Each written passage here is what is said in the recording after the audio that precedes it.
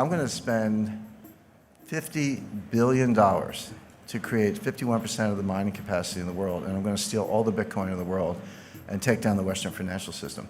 First of all, there's no such thing as cryptocurrency. There are 1,000 cryptocurrencies. In other words, you cannot speak generically about cryptocurrencies. Jim Rickards hates cryptocurrencies. That's not true. I really, really dislike Bitcoin, and I'll tell you why. But there are cryptocurrencies out there that I think are very interesting and worth your consideration. I'm for it. I'm against it. Cryptocurrency means nothing. You have to talk about the specific currency. And I'm showing Bitcoin, Litecoin, Monero, and Ether. By the way, isn't it fascinating how the graphical representation of cryptocurrencies is always a gold or silver coin? Bitcoin's gold and Litecoin's silver, Monero's both, and Ether is gold. I mean, what are they trying to say? I think that psychologically what they're saying is, well, this is nothing, but if we pretend it's a gold coin, then someone will buy it. But I just find this a little bit of an aside. But no, it's the same thing is true with fiat currencies. You can't be like or dislike fiat currencies generically. Some people do because they just hate central banks. I understand that. But it's a big difference between a Venezuelan bolivar and a euro. Big difference between a Zimbabwe dollar and a US dollar. So in other words, don't talk to me about cryptocurrencies. Tell me what specific one you want to talk about, and that's a more interesting conversation. I think it's really important because this field is so muddied, the conversation is so muddied, people not distinguishing between blockchain and currency, not distinguishing between different types of currencies, et cetera. I think we need to step back, take a deep breath, and be rigorous in our analysis and think about what we're actually talking about. There's no such thing as a blockchain. There are hundreds of blockchains. In other words, every currency, every token, every so-called smart contract, if you're using Ether, has a different blockchain. So there are at least hundreds, perhaps thousands of blockchains, new ones being created every day. So again, don't talk to me about blockchain. Tell me which specific blockchain you're talking about, because they're not all the same, and this is critical. The main difference, there are many differences in this blockchain technology, but the main difference is validation. Because remember, the whole idea of cryptocurrencies and blockchain and the original Bitcoin and what Satoshi Nakamoto came up with is that we're going to have a trustless system. We're not going to trust banks. We're not going to trust clearinghouses. We're not going to trust exchanges. We're not going to trust central banks. We're not going to trust anybody. We're going to have a decentralized system that a community can validate, and we don't have to rely on anybody in particular. That was the original idea. So the question is, what's your method of validation? And that's what distinguishes one blockchain from the other. So I've listed 4 of them here, but there are others.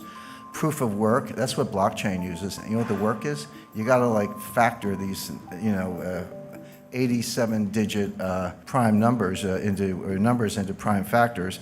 It's a lot of computer crunching, completely clunky, completely inefficient, non-sustainable. I'll talk about that in a second, but that's Bitcoin. There's something else called proof of stake, meaning this is what Ether is based on. You demonstrate that you have a certain percentage of the processing power, so you step up based on your stake. There's proof of space. Space is storage space on a hard drive, so I get to vote on the blockchain. I get to vote on validating the blockchain because I've decided to devote a certain amount of my hard drive to that process. There's a new coin called Space Mint.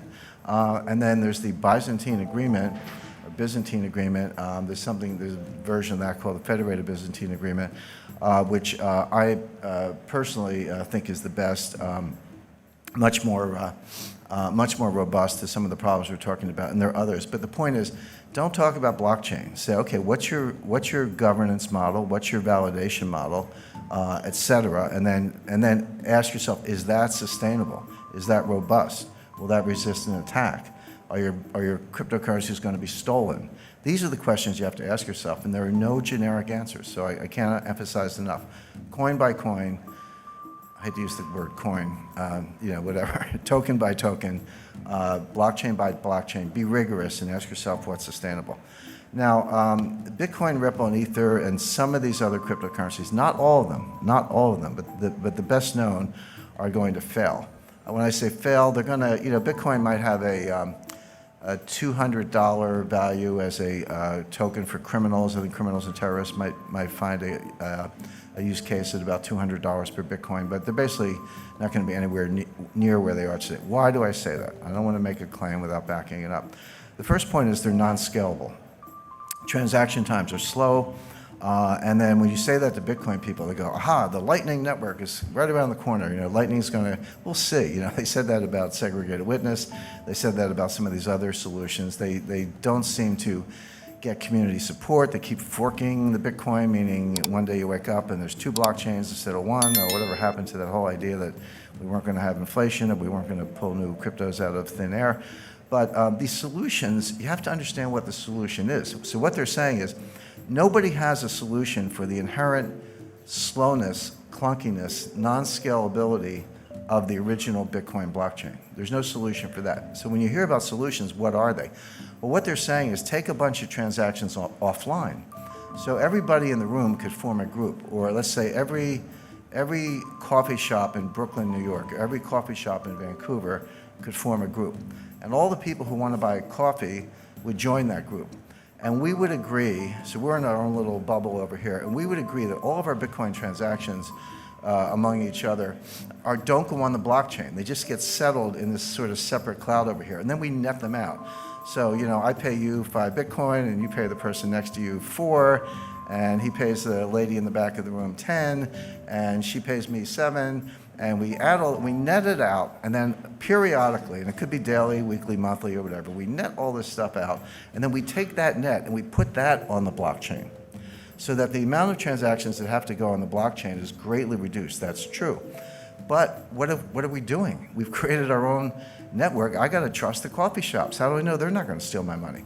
In other words, it's only a solution because you're completely negating the original idea. Well, sure, if you want to tear up the original idea and start over, that's fine, but don't tell me you're adhering to the idea of a decentralized trustless network, because you're not. All you've done is create another network. Somebody, I get trolled on Twitter all the time. People tell me I'm an idiot and I don't know technology and all that stuff. And then my more sour moods, I tell them I was coding before they were born. But as far as some of these things are concerned, somebody said, well, you don't understand payment channels, and I actually do. And I said, yeah, I understand payment channels. We had those in the 50s. They were called party lines, which is, you pick up the phone and someone's talking. You got to ask them to get off the phone so you could go. In other words, there was an AT&T network, at least in the United States, but other people could jump in on this little side thing. That's all it is. These are party lines. So that doesn't work. Non-sustainable. The energy usage to solve the problem and make the proof of work in Bitcoin is now greater than the annual energy output of Ireland. Imagine taking all the electricity used in Ireland in a year, and that's how much we have to use to crunch numbers. By the way, every applied mathematician will tell you that prime factoring is a trivial problem. It's like an uninteresting problem. But it takes a lot of computing power to do it because the numbers are so big and the possibilities are so great. So we're just wasting the entire electrical usage of Ireland. In a few years, it's going to be the entire electrical usage of Japan. Who in this room thinks that governments are going to allow Bitcoin miners to use as much electricity in a year as the entire country of Japan, the 3rd largest economy in the world? That's not going to happen. It's not going to happen. It's not very green. It's completely wasteful. In other words, it can't happen. So that's why I say it's non-sustainable. It's going to hit a wall. Non-regulated, I don't have to remind you of all the frauds, new ones popping up every day. It's not just exchanges. How do exchanges work? I want to go to a Bitcoin exchange. Well, you got to go in, you got to open an account, just like Merrill Lynch or Charles Schwab, right? So, or Toronto Dominion. So you give me your name, your address, your social security number, your bank wire information, give them all that information, and then send them dollars. And they say, okay, you got some Bitcoin, here's your confirmation. Really? How do I know you didn't just take my dollars and send me a phony baloney confirmation? How do I know you're not, a Ponzi? You're using new money to pay off the old money. How do I know you're not Bernie Madoff with a computer engineering degree? How do I know you're not a bucket shop? How do I know any of those things? The answer is you don't. So good luck with that. Not to mention Bitcoin whales. They estimate there are 1,000 people who control 40% of the Bitcoin. Now you got millennials buying, 1/100th of a Bitcoin for, $10 or whatever the math is. $100. But you got these, I call them the whales, these 1,000 people who have 40% of all the Bitcoin. You don't think they have a big vested interest in keeping the price up? And you don't think they wash trade, do wash sales? So A sells to B for 10,000, B sells back for 11,000, A sells back for 12,000, B sells back for 13,000. This is called painting the tape. It's the oldest trick in the book. And there's no profit and loss because we're selling the same Bitcoin back and forth. But what we are doing is creating a ticker that gets the millennials, I shouldn't pick up millennials, 3 millennial children, but gets people all over the world, maybe a garage mechanic in South Korea took out a home equity loan or hawked his inventory, put his entire life savings into Bitcoin, and has now been wiped out and is desperate and suicidal. That's what's going on. It's basically rich people stealing from the poor. Not a good business model, in my view. And then finally, there's no use case other than criminals, terrorists, or tax evaders.